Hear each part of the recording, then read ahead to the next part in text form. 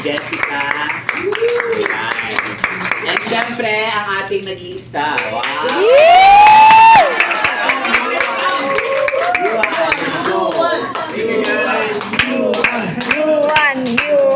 Nagustuhan niyo ba? Yes! Maraming salamat po. Talagang we're very proud of this show and it's been our first week pa lang and grabe yung support niyo sa Sacred Warriors sa social media and of course sa ratings namin, pataas ang pataas. Which is all thanks to you guys. Maraming salamat po. I appreciate it. Abangan niyo po kasi itong story na to gaganda pa throughout the week. So, mas madami pang abangan sa week 2. So please, every 4 p.m. gawin nating habit ang Shining Inheritance. Saan man yan, YouTube, TV, kahit saan. Maraming salamat po. And to the Sacred Warriors lang, thank you sa pag-organize ito sa mga admins, sa magandang watch party. Nag-enjoy ba kayo dito?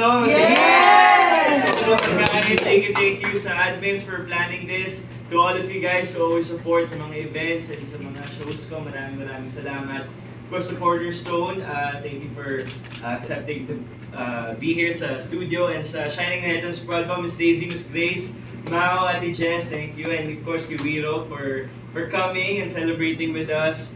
Just very happy sa first week, pilot week namin, kaya I wanted to do a watch party para ma-enjoy natin together kasi ito yung first ever lead role ko. So alam kong madami pa akong matutunan and with Shining, it was really a great learning experience for me. And again, as I said before, I wish you guys stay by my side lang kasi it's gonna be a special journey and you have been. So thank you kasi ito na, Shining Inheritance.